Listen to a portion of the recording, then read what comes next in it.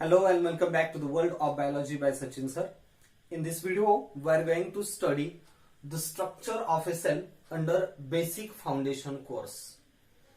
In the previous lectures, we discussed about the different branches of the biology, and now we are going to study the structure of a cell. I think you know it well that the body of each and every organism is made up of cell. Cell is the basic unit of the life. Our body is made up of variety of the cells, different types of the cell, and the cell is a basic unit of the life. As far as the body organization is concerned, basic body organization of organisms is a cell. Number of the cells, they form tissues. Various tissues comes together and perform a similar function and form an organ. Different organs, they form an organ system. Various organ systems in the body form an organism, complete organism. So here the cell is considered as a basic unit of the body and body organisms. Cell हे प्रत्येक organisms मध्ये basic unit असतं आणि having the cellular organisation is the defining property of living organisms. सगळे जे living organisms आहेत, मग ते एनिमल्स असतील, प्लांट्स असतील किंवा मायक्रोब्स असतील, या सगळ्या ऑर्गॅनिझम्स मध्ये सेल्स असतात. Whether the animals are made up of single cell or they are made up of different cells. Depending upon that, there is a simplicity and complexity of the body. Organisms मध्ये जर एकच सेलनी form झालेलं organism असेल तर त्याचं organisation simple असतं, आणि जर त्या ऑर्गॅनिझम्स मध्ये त्याची बॉडी मेनी सेल्सनी फॉर्म झालेली असेल तर अशा ऑर्गॅनिझम्सना आपण कॉम्प्लेक्स ऑर्गॅनिझम म्हणतो. मग कोणतेही ऑर्गॅनिझम्स असतील, मग ते सिंपल ऑर्गॅनिझम्स असतील किंवा कॉम्प्लेक्स ऑर्गॅनिझम्स असतील, परंतु सेल्स असणं हे त्या ऑर्गॅनिझमचं इम्पॉर्टंट कॅरेक्टरिस्टिक आहे. सेल असणं हे ऑर्गॅनिझमचं इम्पॉर्टंट प्रॉपर्टी आहे, इम्पॉर्टंट कॅरेक्टरिस्टिक आहे. आणि म्हणून आपण म्हटलंय की cellular organisation is a defining property of organisms. Defining property of organisms पहिल्या चॅप्टर मध्ये आपण स्टडी करणार आहोत की बॉडीमध्ये असणाऱ्या लिव्हिंग ऑर्गॅनिझम्स मध्ये असणाऱ्या डिफायनिंग प्रॉपर्टीज कोणत्या आणि नॉट डिफायनिंग प्रॉपर्टीज कोणत्या. ज्या प्रॉपर्टीजना कोणतंही एक्सेप्शन नाही अशा प्रॉपर्टीज असतात डिफायनिंग प्रॉपर्टीज, आणि ज्याला एक्सेप्शन आहे अशा प्रॉपर्टीज म्हणजे not defining properties. Defining properties मध्ये सेल्युलर ऑर्गनायझेशन, मेटाबॉलिझम आणि कॉन्सियसनेस ह्या तीन इम्पॉर्टंट बॉडीच्या कॅरेक्टरिस्टिक्स आहेत, प्रॉपर्टीज आहेत. कोणत्या? Cellular organisation, metabolism and consciousness are the defining properties, but not defining properties are the reproduction and growth. Growth आणि reproduction याला एक्सेप्शन आहे, त्यामुळे ग्रोथ अँड रिप्रोडक्शन या दोन डिफायनिंग प्रॉपर्टीज नाहीत. परंतु डिफायनिंग प्रॉपर्टीज कोणत्या आहेत? सेल्युलर ऑर्गनायझेशन, सेकंड मेटाबॉलिझम, चयापचय असं म्हटलं जातं त्याला, metabolism, and the third consciousness, सर्व जाणीवा असणं, consciousness. These are the three defining properties of living organisms. These are the two not defining properties of organisms. Here we are going to study in a detail about the cell.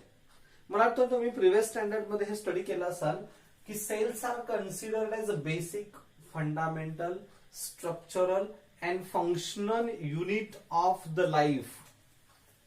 Cells are considered as basic, fundamental, structural and functional unit of the life.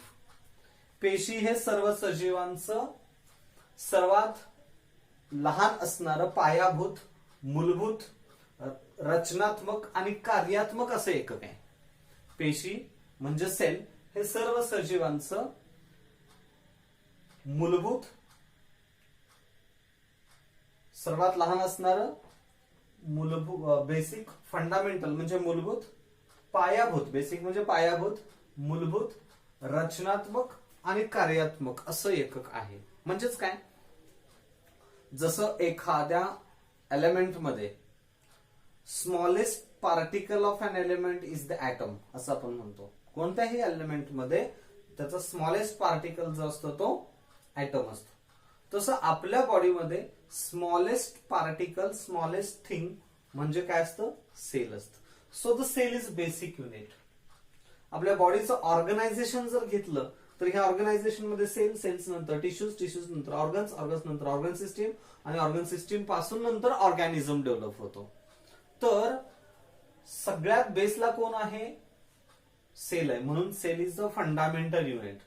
The cells has a definite structure. प्रत्येक सेलचं एक definite structure असतं. Cells वरती cell membrane आहे, सेंटरला nucleus असतो, nucleus मध्ये nucleolus असतं. ह्या न्यूक्लिओप्लाझम मध्ये, न्यूक्लिओप्लाझम याच्यामध्ये डीएनएचं नेटवर्क असतं आणि त्याचबरोबर सेल मेम्ब्रेन, न्यूक्लिअर मेम्ब्रेन याच्यामध्ये सायटोप्लाझम आहे, सायटोप्लाझम, आणि या सायटोप्लाझम मध्ये वेरियस सेल ऑर्गनलीज असतात. म्हणजे कोणतीही सेल तुम्ही घ्या, त्या सेलचं स्ट्रक्चर वेगळं असेल, त्याचे साईज, शेप, डायमेन्शन्स डिफरंट असतील, पण बेसिक ऑर्गनायझेशन जे आहे हे सारखंच असणार. प्रत्येक सेलमध्ये इथं सेल मेम्ब्रेन असेल, सेंटरला हा न्यूक्लियस असतो, न्यूक्लियस मध्ये chromatin material made up of DNA, डीएनएचं बनलेलं हे क्रोमॅटिन असतं, आणि बेसिक स्ट्रक्चर सगळ्या सेल्स मध्ये सारखं आहे. So it is the structural unit of the body. And the cells perform various functions such as digestion, absorption, excretion, respiration, transport of the materials, transport of the gases. Number of the functions are performed by the cell. So they are considered as functional unit of the life. बघा मी काय सांगितलं, cells ज्या आहेत या सेल्सना basic unit, fundamental unit, structural unit, functional unit ऑर्गॅनिझम्सचं असं म्हटलं जातं. का तर आपल्या बॉडीमध्ये आपण जर smaller smaller smaller smaller things बघत गेलो तर सगळ्यात स्मॉल थिंग कोणती असते, सेल असते. म्हणून हे बेसिक युनिट आहे. ऑर्गनायझेशन मध्ये सगळ्यात पहिलं युनिट सेल असतं, म्हणून ते फंडामेंटल युनिट आहे.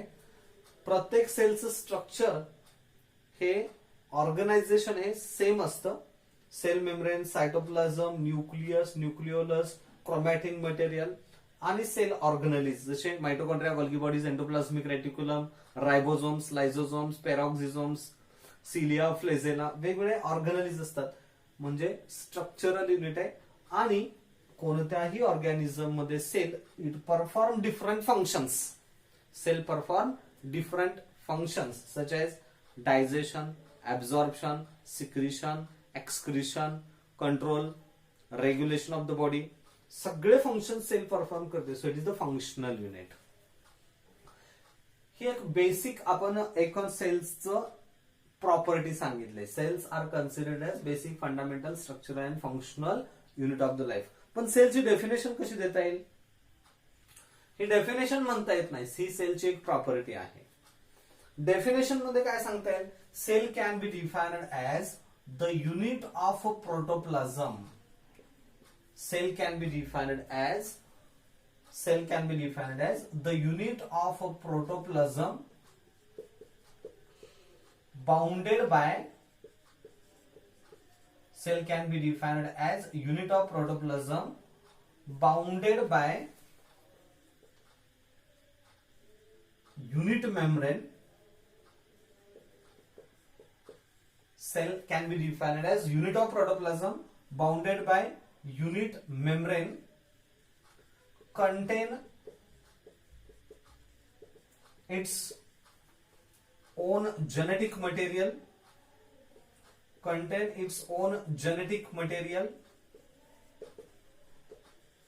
and can able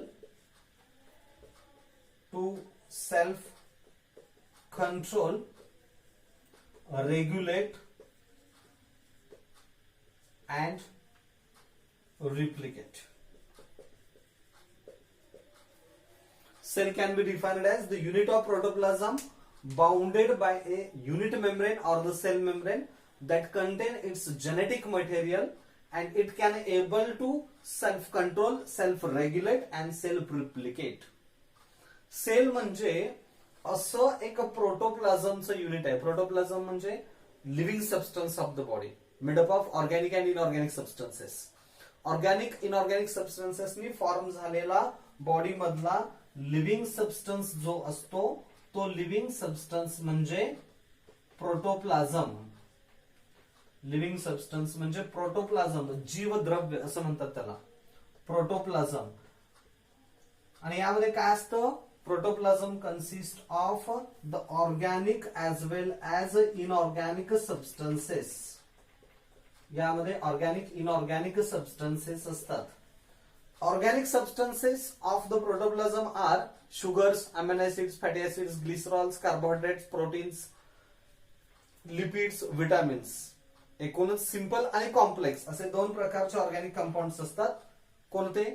sugars, amino acids, fatty acids, glycerols, vitamins, तसंच complex carbohydrates, proteins, lipids, vitamins, nucleic acids हे ऑर्गॅनिक कंपोनेंट्स आहेत सेल्स मध्ये. तसंच protoplasm consist of inorganic substances, sulphates, phosphates, carbonates, bicarbonates, nitrates, nitrides असे inorganic substances जसे sodium, potassium, calcium, magnesium असे अनेक inorganic substances along with water आणि organic substances याचं एक होमोजिनस मिक्सचर म्हणजे असतं प्रोटोप्लाझम. आणि ह्या प्रोटोप्लाझमचं असं युनिट की ज्यावरती सेल मेम्ब्रेन आहे त्याचं स्वतःचं जेनेटिक मटेरियल असतं आणि हे युनिट स्वतःचं फंक्शन स्वतः कंट्रोल करतं. प्रोटोप्लाझमचं युनिट की ज्यावरती सेल मेम्ब्रेन आहे, त्याचं स्वतःचा डीएनए आहे, स्वतःचं जेनेटिक मटेरियल आहे, त्याचं फंक्शन स्वतः कंट्रोल करतं, स्वतः रेग्युलेट करतं आणि ते स्वतः रिप्लिकेट होतं. म्हणजे एका सेल पासून सेल डिव्हिजनने दोन सेल्स होतात आपोआप स्वतः. रिप्लिकेशन हा वर्ड रिप्लिका या शब्दापासून घेतलाय, लॅटिन वर्ड पासून. रिप्लिका म्हणजे इमेज, प्रतिमा. आपण आरशामध्ये बघतो तेव्हा आपली प्रतिमा आपल्यासारखीच दिसते. आपल्यासारखेच आरशामध्ये प्रतिमा उमटलेली असते. आरशात काय वेगळा प्राणी दिसत नाही, माकड दिसत नाही आतमध्ये. आपण बघतो तेव्हा आरशामध्ये आपणच दिसतो. तसं इथं डीएनए हा स्वतःसारखा नवीन डीएनए तयार करतो. सेल ही स्वतःसारखीच नवीन सेल तयार करते. म्हणून हे स्वतः रिप्लिकेट होणारं युनिट आहे, स्वतः फंक्शन्स कंट्रोल करणारं युनिट आहे. आणि त्या कशाने बनलंय? प्रोटोप्लाझमनी. त्यावरती सेल मेम्ब्रेन असतं आणि त्याचा स्वतःचा जेनेटिक मटेरियल असतो. अशा ह्या प्रोटोप्लाझमच्या युनिटला काय म्हटलं? सेल. डेफिनेशन काय सांगितलं सेलची? Cell can be defined as the unit of protoplasm bounded by unit membrane or the cell membrane. Cell membrane लाच unit membrane असंही म्हणतात. Contain its own genetic material and can able to replicate, can able to self control and self regulate. So this is the definition of the cell. आपण काय study केलं? Cell is a basic fundamental structural and functional unit of the life. Having the cellular organization is defining property of the living organisms. Which are the defining properties of living organisms? Cellular organization, metabolism आणि consciousness ह्या तीन defining properties आहेत. Not defining property कोणत्या आहेत? ज्या defining properties नाहीत अशा growth आणि रिप्रोडक्शन. बॉडीचं ऑर्गनायझेशन हे कसं आहे? बेसिक ऑर्गनायझेशन तयार होतं सेल्सनी. अनेक सेल्स एकत्र आल्या की त्यापासून तयार होतं टिश्यू, ऊती म्हणतात त्यांना. जसं एनिमल्स मध्ये epithelial tissue, connective tissue, muscular tissue असे टिश्यूज असतात. Organ, number of organs are there आपल्या बॉडीमध्ये.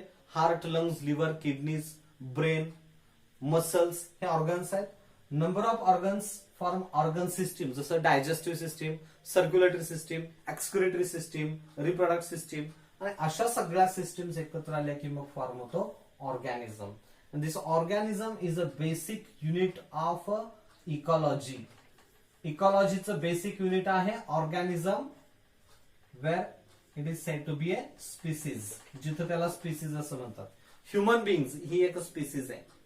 ओके, इथून पुढे इकॉलॉजीचं ऑर्गनायझेशन सुरू होईल आणि इथून हे ऑर्गनायझेशन जे आहे ते आपल्या बॉडीचं ऑर्गनायझेशन आहे. मला वाटतं इथंपर्यंत तुम्हाला सेल म्हणजे काय हे लक्षात आलेलं असावं. ओके, यानंतर आपण पुढे जाऊयात. Who firstly observe the cells? Can you tell me who firstly observe the cells? You studied earlier, I think in the 9th standard you studied the cell in a detail. 9वीला झालेलं आहे तुम्हाला हे अगदी विस्तृतपणे तुम्ही सेल आणि cell organelles study केलं. सेल ऑर्गनॅलिज कोणते असतात? अगदी तुम्ही सांगू शकता. Powerhouse of a cell कोणाला म्हटलं जातं? Powerhouse of cell mitochondria. Which are suicidal bags? Which are the suicidal bags? Lysosomes. Which are packaging and transporting vesicles? Which are packaging and transporting organelles? Golgi bodies or the Golgi complex. Okay. Which are the protein factories? Which are the protein factories? Ribosomes are the protein factories. Which organelle is responsible for movement and locomotion in a lower organism such as the protozoans, cilia and flagella? हे सगळं तुम्ही study केलेलं आहात. Which organelles perform photosynthesis? Which organelles perform photosynthesis? Chloroplast. Which organism carry the genes and transmit the characters from one generation to other generation? कोणते organelles हे आपल्या बॉडीतले characters generation to generation transfer करतात? DNA की ज्यावरती jeans आहेत. आणि अशा सगळ्या सेल ऑर्गॅनलिज आणि सेल याचा स्टडी इथं आपल्याला करायचा आहे. Who firstly observe the cells? You study that there. The scientist Robert Hooke. The scientist Robert Hooke firstly observed the honeycomb like structure. He observed firstly the honeycomb like structure or the hexagonal units.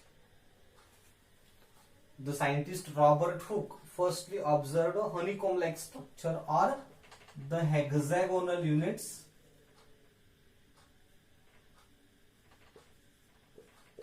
in a piece of cork. In a piece of cork. लाकडाच्या लहानशा ठोकळ्यामध्ये Robert Hooke या सायंटिस्टने पहिल्यांदा मधमाशांच्या पोळ्यांप्रमाणे रचना बघितली. हनीकोम like structure observe केलं किंवा त्याला त्या लाकडाच्या ठोकळ्यामध्ये अंडर द मायक्रोस्कोप असे हेक्झॅगोनल युनिट्स दिसले. षटकोनी आकाराची घरं दिसली, कप्पे दिसले असे. ही नेम्ड देम ऍज अ सेल्युली. त्याने त्याला नाव दिलं सेल्युली. सेल्युली हा लॅटिन वर्ड आहे. सेल्युली मीन्स द कंपार्टमेंट. सेल्युली म्हणजेच कंपार्टमेंट. आणि यावरून सेल हा वर्ड नंतर प्रचलित झाला. सेल्युली वरून नंतर पुन्हा हा शब्द तयार झाला cell. So first of all the scientist Robert Hooke observed the cells. पण ऍक्च्युअली रॉबर्ट हुकने हे जे हेक्झॅगोनल युनिट्स बघितले हे लिव्हिंग सेल्स नव्हत्या, तर हे डेड सेल्स होत्या. त्याला फक्त सेलचं ह्या सेल वॉल तेवढ्या बघता आल्या, कारण लाकडाचा ठोकळा घेतला ना त्यांनी सूक्ष्मदर्शकाखाली, मायक्रोस्कोप खाली, आणि त्या लाकडाच्या ठोकळ्यामध्ये असणाऱ्या ज्या सेल्स आहेत ह्या डेड सेल्स असतात. आणि जेव्हा सेल्स डेड होतात तेव्हा त्याचा न्यूक्लियस डिजनरेट झालेला असतो, त्याचं प्रोटोप्लाझम लॉस झालेलं असतं आणि शिल्लक राहतात त्या फक्त सेल्युलोजिक सेल वॉल. प्लांट्स मध्ये सेल वॉल कशाची बनलेली असते? सेल्युलोज. सेल्युलोजची फॉर्म झाली सेल वॉल. आणि अशा सेल्युलोजिक सेल वॉल त्यांनी ऑब्झर्व केल्या. He not observe the living cells. Living cells were firstly observe by the scientist Anton van Leeuwenhoek. पहिल्या लेक्चर मध्ये आपण हे स्टडी केलंय.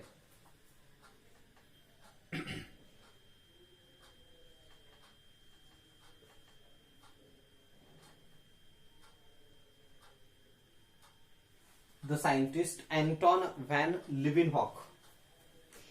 the scientist Anton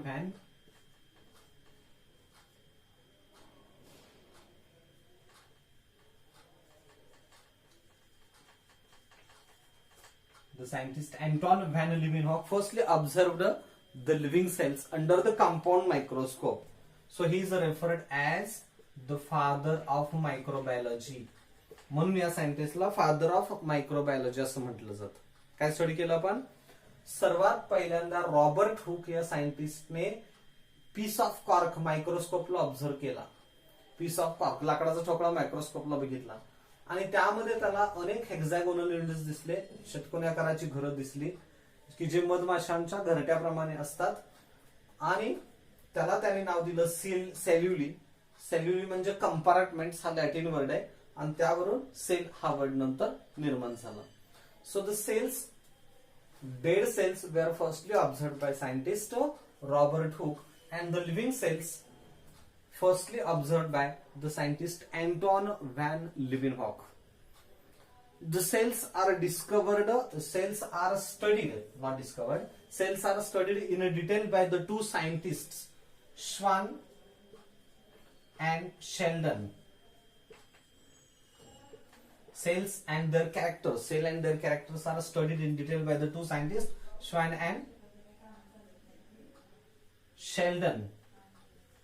And he's referred, they proposed the cell theory. Who proposed the cell theory? या दोन सायंटिस्टनी cell theory मांडले. Cell theory. This cell theory has some modern versions. याचे काही मॉडर्न व्हर्जन्स आहेत. याचे काही प्रिन्सिपल्स आहेत. कोणते? Cells are the structural and functional unit of life. All organisms are made up of the cells. All cells have same structural organization. All cells have same chemical composition. Cells always arise from pre-existing cells, explained by the scientist Rudolf Virchow.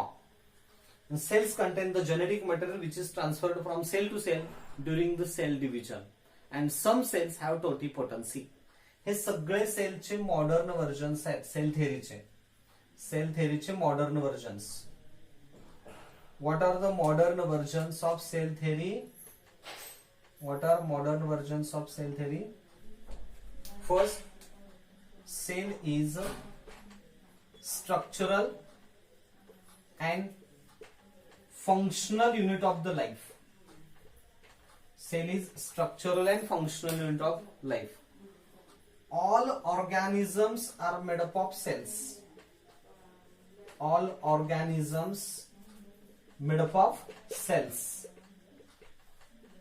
सगळ्या organisms मध्ये cells असतात. Now all cells have same structural organisation. All cells have same structural organisation. सगळ्या सेलचं structure सारखं असतं. Next, all the cells have same chemical composition. सगळ्या सेल्सचं chemical composition हे सारखं असतं. त्यामध्ये काही फरक असत नाही. सगळ्यामध्ये असणार ते केमिकल्स जसे की carbohydrate, protein, lipid, vitamins, nucleic acids हे सारखे असतात. Cells contain genetic material which is passed from cell to cell. Cells contain genetic material which is passed from cell to cell during the cell division. सेल्सच्या मध्ये हे genetic material असतं, म्हणजेच DNA असतो आणि या डीएनए वरती जीन्स असतात. This genes are transferred from cell to cell during the cell division.